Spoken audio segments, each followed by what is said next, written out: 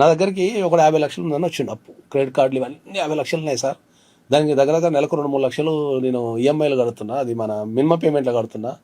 నా జీతం 1,50,000 ఉన్నది, నేను 2-2 లక్షలు ఈఎంఐ కడుతున్నా. నేను 1,00,000 కట్టాక ఇంకా 1,00,000 కట్టాలి, మళ్ళీ ఆ 1,00,000 అప్పు తెస్తున్నా, మళ్ళీ బతకడానికి అప్పు తెచ్చుకుంటా సార్ అని వచ్చిండు.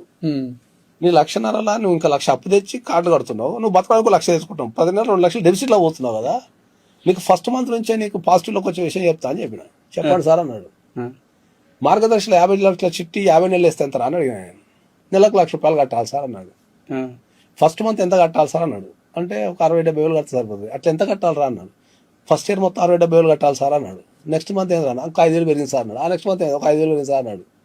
నువ్వు 50 లక్షలు చిట్టి వేసి నువ్వు ఎత్తుకుంటే ఎంత వస్తుంది రా అన్న.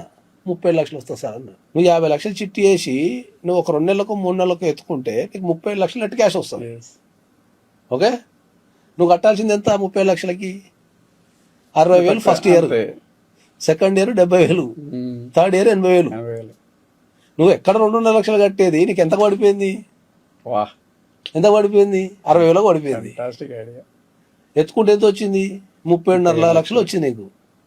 32 లక్షలు పెట్టుకొని అందరిని పిలిచి కూర్చుంటే 1 డేలో మొత్తం సెటిల్మెంట్ అయిపోతుంది. 1,00,000 60 వేలు కట్టుకుంటున్నాడు, వాడు 60 వేలు బతుకుతున్నాడు సుఖంగా. అయిపోయి ఇంత సింపుల్ సమస్యకి చచ్చిపోతా అంటారు, కథం అయిపోయింది.